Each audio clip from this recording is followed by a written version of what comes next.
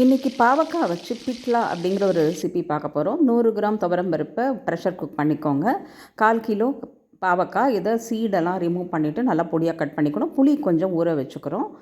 Chana, black chana, white chana எதுனாலும் பரவாயில்ல, over night ஊற வச்சுருங்க. 7 வரமிளகா, 2 டேபிள் ஸ்பூன் அளவுக்கு தனியா, 2 டேபிள் ஸ்பூன் கடலைப்பருப்பு, கொஞ்சம் தேங்காய், கொஞ்சம் 1 ஸ்பூன் எண்ணெய் ஊற்றி இதெல்லாம் வறுத்து எடுத்துடணும். நல்லா ப்ரௌனாக வறுப்பட்ட பிறகு கொஞ்சம் பெருங்காயப்பொடியும் இந்த நம்ம துருவி வச்ச தேங்காவையும் சேர்த்து நல்லா வறுத்து எடுத்து வச்சுடுங்க. இப்போ பாவக்காவை நம்ம ஊற வச்ச புளியை ஊற்றி நல்லா வேக வச்சுடுவோம். 5 மினிட்ஸில் வெந்துடும். அது அப்படியே இருக்கட்டும். இப்போ வறுத்து வச்ச சாமானை நல்லா ஃபைன் பேஸ்ட்டாக அரைச்சி கொண்டு வந்துடுங்க.